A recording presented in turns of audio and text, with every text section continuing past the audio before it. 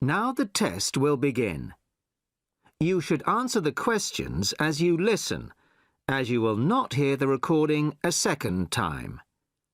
Listen carefully to the first part of the conversation and answer questions 1 to 5. Sorry to keep you waiting. OK, here's the information you need. On the first page, there's some info about the college, the facilities, the courses on offer, etc.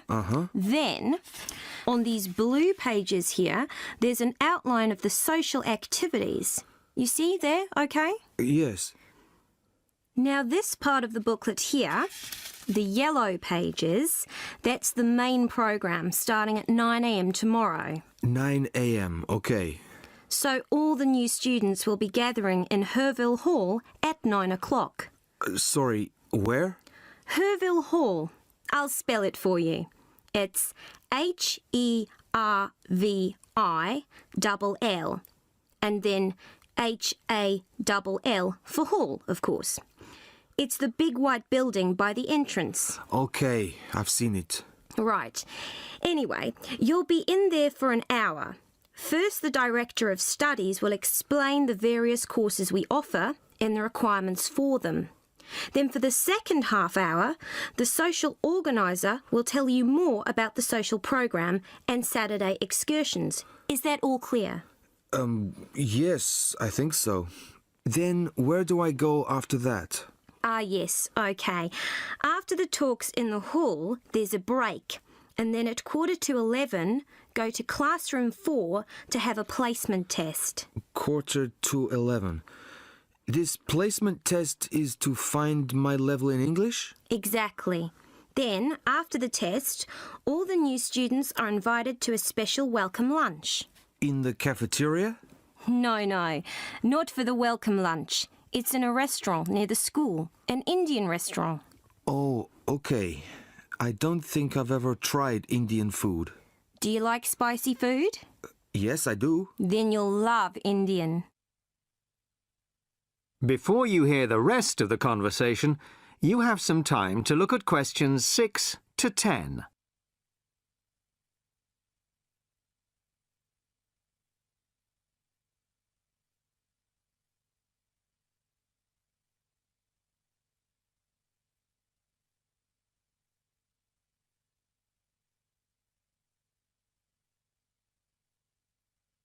Now listen and answer questions 6 to 10. So, where's the Indian restaurant? Don't worry, it's really easy to find. Have you got that map I gave you? This one? Yes, that's it. See here, the main entrance to the school? Yes? Well, don't go out of there. There's a smaller entrance here, round the back. Oh, yes, I see. OK, so you go out of there, past the phone box, and then turn right into this road here, the one that goes along the side of the park. You'll see a supermarket on the left, and then it's just after that on the right. It's quite a big place. You can't miss it. OK. And one more thing. Is there a post office near here? Post office? Oh, yes, of course. Just the other side of the park. Go through the middle of the park, and it's there by the park entrance. Thanks a lot. You're welcome. Oh, there's a good cafe near here too. Very popular with the students. Just there. You go out of the main entrance into Varley Road, then turn left at the bank, and it's at the end of the street. They do amazing coffee. That's great. Thanks very much. No problem. Enjoy your course. Thanks again. Bye.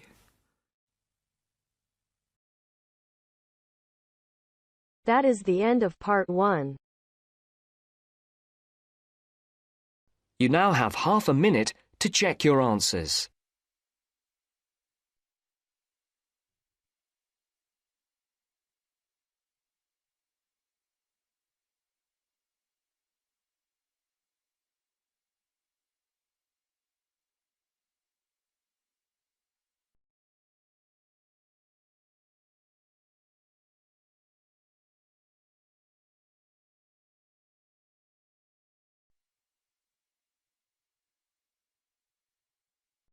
Now turns to Part 2.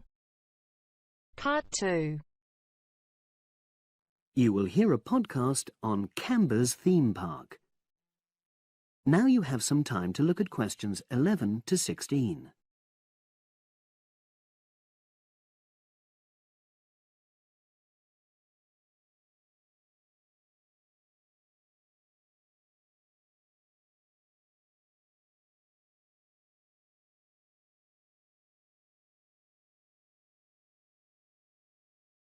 Now listen and answer questions 11 to 16. Welcome to Canberra's Park podcast. In the next few minutes, I'll tell you a little about the park and the amazing things we have to offer. We like to think that Canberra's offers more than other theme parks. Like them, we have a variety of exciting rides for people of all ages, but Canberra's also places strong emphasis on the educational experience for its visitors. Not boring facts, but lots of interactive exhibits. Although it's mainly an outdoor experience, we do have some indoor activities if the weather gets too dreadful. The park's got a lovely, well-established feel, set in 80 acres of beautiful countryside, about 3 miles south of the tourist resort of Dulchester. The park was set up in 1997 by the Camber family, but then taken over by new owners in 2004, who have maintained the original vision of the Cambers. It has lots of old trees, hundreds of flower beds, and a gorgeous lake. Cambers has over 45 different rides, exhibits, and arcades. All but one of these is free once you've paid your entrance fee. We charge a small fee for our newest ride to reduce the length of the queues. You don't pay anything for parking. A family ticket for a family of 4 works out at about £8 per person, which is amazing value. Full details of current prices are shown on our website, along with full details of rides, etc., and directions for getting to us. We also have a number of special offers. For example, if you live locally, why not join our Adventurers Club, which entitles you to 50% off ticket prices all year round, and a special lane for all rides and exhibits, which means you don't have to wait to get into any part of the park. See the Offers tab on the website. We've recently added a number of new exhibits to the park, and we're particularly proud of our Future Farm Zone, which houses over 20 different species of animals, from chipmunks to dairy cows. The emphasis is on getting near to the animals.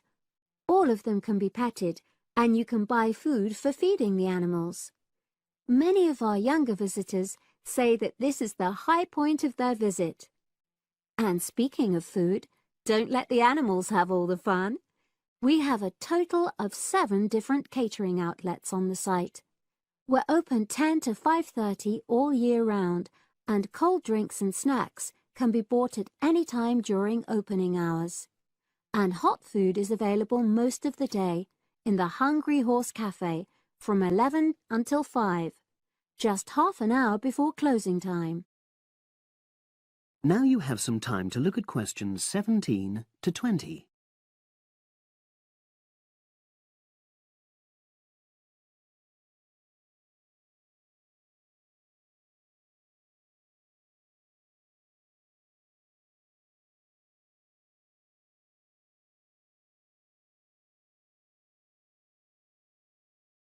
Now listen and answer questions 17 to 20. Now we want all our visitors to have an exciting time when they come to the park, but our first priority must be safety. Parents and guardians know their children's behaviour and capabilities, but here at the park we have set certain conditions for each of the rides to ensure that all visitors get the maximum enjoyment out of the experience and feel secure at all times. There are 4 major rides at the park. Our newest ride is the River Adventure, which is designed to reproduce the experience of whitewater rafting. No amount of protective clothing would make any difference, so only go on this ride if you're prepared to get wet. Children under 8 can go on this ride, but all under 16s must have an adult with them. Not all of our rides are designed for thrills and spills. Our Jungle Gym roller coaster is a gentler version of the classic Loop-the-Loop, specially created for whole family enjoyment, from the smallest children to elderly grandparents, suitable for all levels of disability and health conditions. Carriages have comfortable seating for up to 8 people with safety belts for each passenger, which must be worn at all times. Sit back and enjoy the scenery. One of the best established and most popular of Canberra's rides is the massive swoop slide. Whiz down the polished vertical slide 9 meters in height and scream to your heart's content. There are no age or height restrictions. Be careful though, you must have on long trousers so you won't get any speed burns. And then there's the famous Zip Go-Kart Stadium with 16 karts, 8 for single drivers and 8 for kids preferring to ride along with mum, dad or carer. Take part in high-speed races in our specially designed Formula One style karts, but no bumping other karts, please. All riders must be above 1.2 meters because they have to be able to reach the pedals, even in the shared karts. Full details of all safety features are available on our website at www.camberspark.com. So come and make a day of it at Canberra's theme park.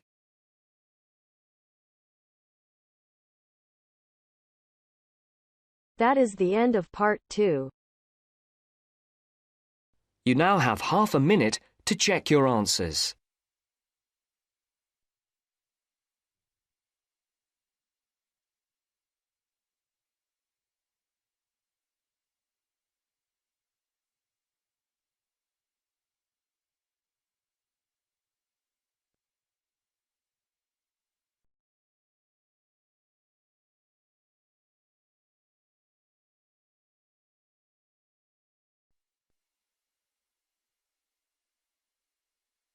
Now turns to part 3.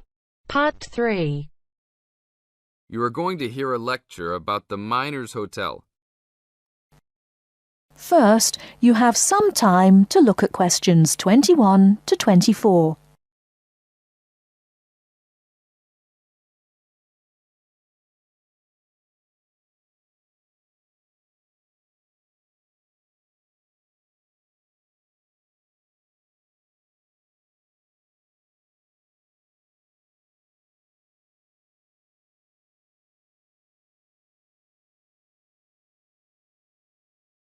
Now, listen carefully and answer questions 21 to 24. Good evening and welcome to the Miner Hotel. We are pleased to have you as our guest. I will give you a brief information session to tell you everything you need to know to make this a pleasant stay. The Miner Hotel was built in the 1850s, during the Gold Rush period, also nicknaming our state the Golden State. People from all over the country and even from other countries came to seek their fortune here in these hills, creating cities overnight. In this city, many Gold Rush hotels soon opened up. This particular hotel was built in 1851, but was destroyed during an earthquake. It was rebuilt in 1995 to recreate the feel of the Gold Rush, complete with articles and actual photographs from during the 1850s. Our hotel is divided into 2 buildings, one called the Gold Tower and the other is named the Fortune Tower. You will be staying in the Fortune Tower on the 25th floor, complete with great views of the city. Your room is the best room in the hotel, complete with private living room and hot tub. Here is your room card. On the card it will say FT, meaning Fortune Tower. On the bottom of the card it will say 2515. The 25 stands for the 25th floor, and the 15 stands for the 15th room on that particular floor.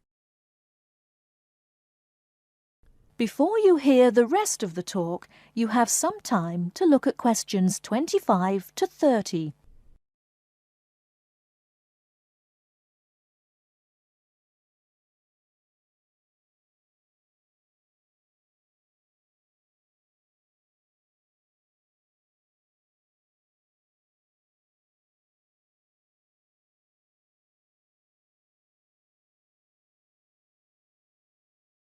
Now listen and answer questions 25 to 30.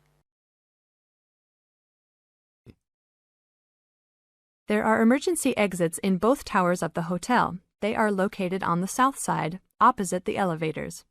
Please use these in case of a fire or other emergency. We have some special events happening this week. Our Miners Diner is offering a special Miners Buffet dinner this Friday and Saturday for only $20 per person. This special includes all food, not including drinks and alcohol, and shows for the night. The buffet will be available from 5 to midnight. Because of the historical significance of our hotel, there are some special rules. The first rule is that there is no smoking allowed anywhere in the building, not even in your own room.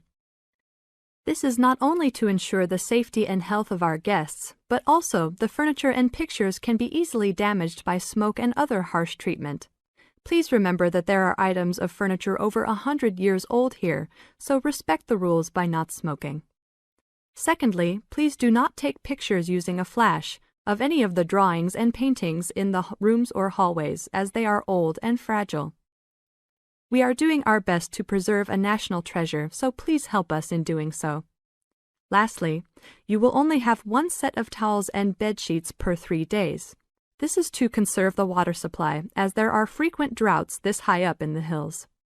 If there are any further questions, the staff of the hotel will be available to answer your questions. In the event that no one is able to answer your questions, I will also be available from 8 a.m. to 5 p.m. each day in the concierge. I hope you enjoy your stay here with us. Thank you very much. That is the end of part 3. You now have half a minute to check your answers.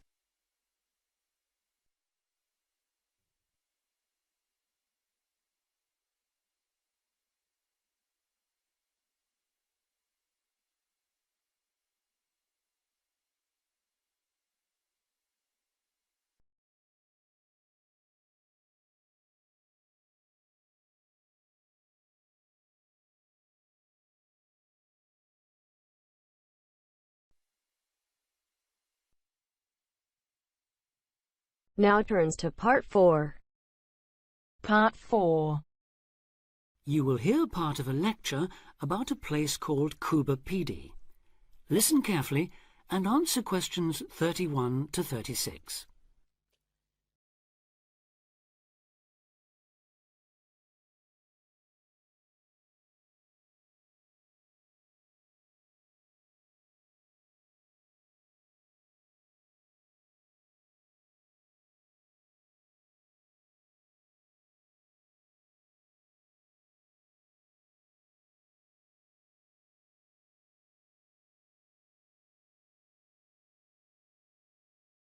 Listen carefully and answer questions 31 to 36. Good afternoon. Today, we're continuing this series of talks on the development of the Australian outback with a look at Coober, Pedy, the desert town of opal mines and underground living, which lies 860 kilometres north of Adelaide and 690 south of Alice Springs. The inaccessibility, harsh climate and almost total lack of water made it a highly unlikely place for human habitation. But that all started to change in 1915 with the discovery there of opals, the precious stones which seem to change colour according to their surroundings. Settlements were established following the First World War, when soldiers returning from the trenches of France brought with them the techniques of living below ground in dugouts. The depression of the 1920s and 30s led to many prospectors leaving, but the town boomed again in the late 1940s when shallow new opal fields were discovered, and immigrants from Europe arrived in large numbers after the Second World War. It must be remembered, though, just how hostile conditions were. Daytime summer temperatures reached well over 50 degrees centigrade. Winter nights were bitterly cold, and dense dust storms regularly blanketed the town. To cope with this, more and more people began living in disused mines and purpose-built subterranean houses, where the temperature remains at a comfortable 25 degrees all year round, so that eventually around 70% of the town's inhabitants had made their homes beneath the surface. This led to the construction of hotels and even churches below ground, as well as an entire underground shopping centre, the only one in the world.